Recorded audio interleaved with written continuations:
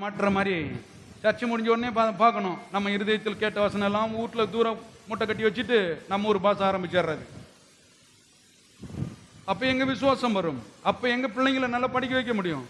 அப்போ எங்க நீங்க நல்ல விசுவாசிகளா இருக்க முடியும்? இது அதான் சொல்றாரு, கிறிஸ்துவ வாழ்க்கை என்பது பேச்சில் இல்லை. எதில் இருக்குது?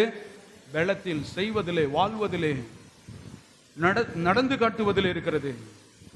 பாருங்க, கடைசியாக 2 வசனம். வானத்தையும் பூமியையும் உண்டாக்கின கர்த்தரிடத்திலிருந்து எனக்கு, எல்லாம் சொல்லுவோமா, எனக்கு ஒத்தாசை வரும். பர்வதங்களுக்கு நேராக என் கண்களை ஏறெடுக்கிறேன். வானத்தையும் பூமியையும் உண்டாக்கின கர்த்தரிடத்திலிருந்து எனக்கு ஒத்தாசை வரும். எல்லாரும் கரங்களை தட்டி தேவனை மேம்படுத்துவோம்.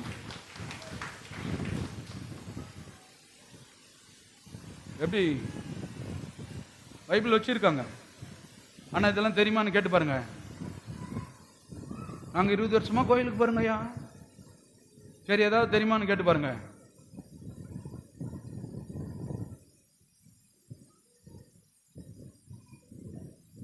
கிறிஸ்துவர்கள் ரொம்ப ஞானம் உள்ளவர்களாக இருக்க வேண்டும்.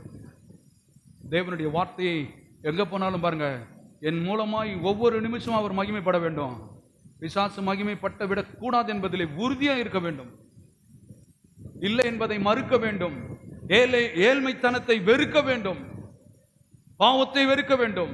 அதனாலதான் பார்வோனின் அரண்மனையை வெறுத்து, பார்வோனின் குமாரத்தின் மகன் எண்ணப்பட்டவதை வெறுத்து, தேவனுடைய ஜனங்களுடைய துன்பத்தை அனுபவிப்பதே பாக்கியம் என்று எண்ணினான்.